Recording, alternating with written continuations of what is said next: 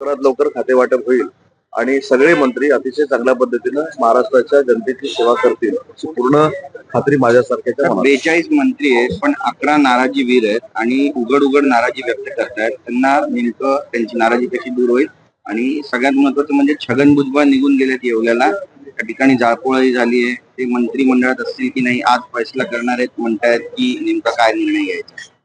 छगन भुजबळ साहेब हे राष्ट्रवादी काँग्रेस पार्टीचे नेते आहेत. त्यांचा हा पक्षांतर्गत सगळा विषय आहे आणि छगन भुजबळ साहेबांच्या बाबतीमध्ये मी काही वक्तव्य करणं शिवसेनेचा एक कार्यकर्ता म्हणून ते योग्य नाही. त्यांच्या बाबतीतला योग्य तो निर्णय माननीय अजितदादा आणि त्यांचे सर्व राष्ट्रवादी काँग्रेस पक्षाचे नेते घेतील. त्यांच्यावर मी बोलून अजून काही त्या राष्ट्रवादी काँग्रेस पक्षाबद्दल बोलावं असं नाही, कारण मी शिवसेनेचा कार्यकर्ता आहे. आमची महायुती आहे आणि एखाद्या पक्षामध्ये जर कोणाला मंत्रीपद मिळालेलं नसेल तर त्याच्यावर बोलण्याचा अधिकार मला नाही. तानाजी सावंत देखील निघून गेलेले अधिवेशन आणखी काही माजी मंत्री काल देखील मी या संदर्भात सांगितलं की एखाद्याला मंत्रीपद मिळालं नाही तर नाराजी होऊ शकते, परंतु शिवसेना म्हणून आम्ही एकनाथ शिंदे साहेबांच्या नेतृत्वाखाली कुटुंब म्हणून काम करतो. आम्ही जे झालेलो मंत्री आहोत त्यांची देखील जबाबदारी आहे जर कोणाची नाराजी असेल ती दूर करणं. त्याच्यासाठी आम्ही विस्तारानं काम करतोय. आम्ही अनेक लोकांची चर्चा केलेली आहे आणि तानाजी सावंत साहेब असतील, विजय शिवतारे असतील, हे आम्हाला ज्येष्ठ आहेत, ते देखील मंत्री होते आणि त्यांना लवकरात लवकर माननीय मुख्यमंत्री महोदय बोलून घेतील, त्यांची समजूत काढतील. पण कुठेही जे तुमच्या मनामध्ये आहे ते कुठेही त्यांच्या मनामध्ये नसेल याची आम्हाला पूर्ण खात्री आहे. आणि जे आमचे बाकीचे आमदार आहेत ते देखील मंत्रिपदासाठी पात्रच आहेत, परंतु शेवटी 11-12 मंत्री करत असताना नेत्याचा देखील निकष लागतो, नेत्याचा देखील त्याच्यामध्ये दोष नसतो. पण मी जर चांगलं काम केलं नाही, काल कोणीतरी 2.5 वर्षाचा क्रायटेरिया विचारला. 2.5 वर्ष कशाला? जर मी चांगलं काम केलं नाही, 2 महिन्यामध्ये केलं नाही, 3 महिन्यामध्ये केलं नाही, तर ज्या नेत्यांना आम्हाला मंत्रीपद दिलंय ते आमचे एकनाथ शिंदे साहेब नेते आमचं मंत्रीपद देखील काढून घेऊ शकतात. ही देखील भीती आमच्या सगळ्यांच्या मनामध्ये आहे. त्याच्यामुळे आम्हाला देखील मंत्र्यांना जनतेला अभिप्रेत असं काम केलं पाहिजे.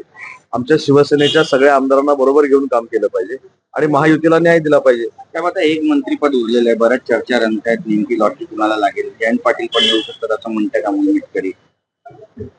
अमोल मिटकरी काय बोलतात तर मला अजिबात भाष्य करायचं नाही. कदाचित जशी आपली सूत्र स्ट्रॉंग आहेत तशी अमोल मिटकरींची सूत्र स्ट्रॉंग असतील. मला त्याच्यावर काही चर्चा करायची नाही, कारण जयंत पाटील देखील एक फार मोठे राज्याचे नेते आहेत. त्यांच्यावर पक्ष प्रवेशाबद्दल मी बोलावं एवढा नक्कीच मी मोठा नाही. त्यांनी 11 वेळा अर्थसंकल्प ह्या राज्याचा मांडलेला आहे. ते ग्रामविकास मंत्री होते, ते होम मिनिस्टर होते. त्याच्यामुळे त्यांना यायचं असेल नसेल तर ते नेते मंडळींची चर्चा करतील ना. माझ्याशी आणि अमोल मिटकरींची काय चर्चा करतील? बैठक घेणार आहे, आयोजनाची माहिती सुद्धा देणार आहे, अशा पद्धतीची बैठक घेत आहे आमदारांची. मला असं वाटतं की उभाठा शिवसेनेचे पक्षप्रमुख स्वतः उद्धवजी आहेत. त्यांना त्यांच्या पक्षाच्या आमदारांना बोलवण्याचा अधिकार आहे, त्यांना मार्गदर्शन करण्याचा अधिकार आहे. त्यांच्या मार्गदर्शनावर मी का म्हणून टीका करावी? शेवटी लोकशाहीतला एक तो भाग आहे, बरोबर आहे की. परंतु 20 आमदार असतील, 40 असतील, 60 असतील, जसे शिंदे साहेब आम्हाला 60 लोकांना बोलून मार्गदर्शन करतात, तसं त्यांच्या आमदारांना ते बोलून मार्गदर्शन करणार असतील. त्यांची स्ट्रॅटेजी विधानसभेतून ठरवणार असतील. विधानसभेचं अधिवेशन चालू असताना प्रत्येक पक्षाच्या प्रमुखाला आपल्या आमदारांनी कसं वागलं पाहिजे, त्यांनी काय काम केलं पाहिजे हा सांगण्याचा नक्कीच नैतिक अधिकार आहे. साहेब, लाडक्या बहिणींना हप्ता कधीपर्यंत मिळणार आहे? कारण काल 1400 कोटींची तरतूद झाली आहे.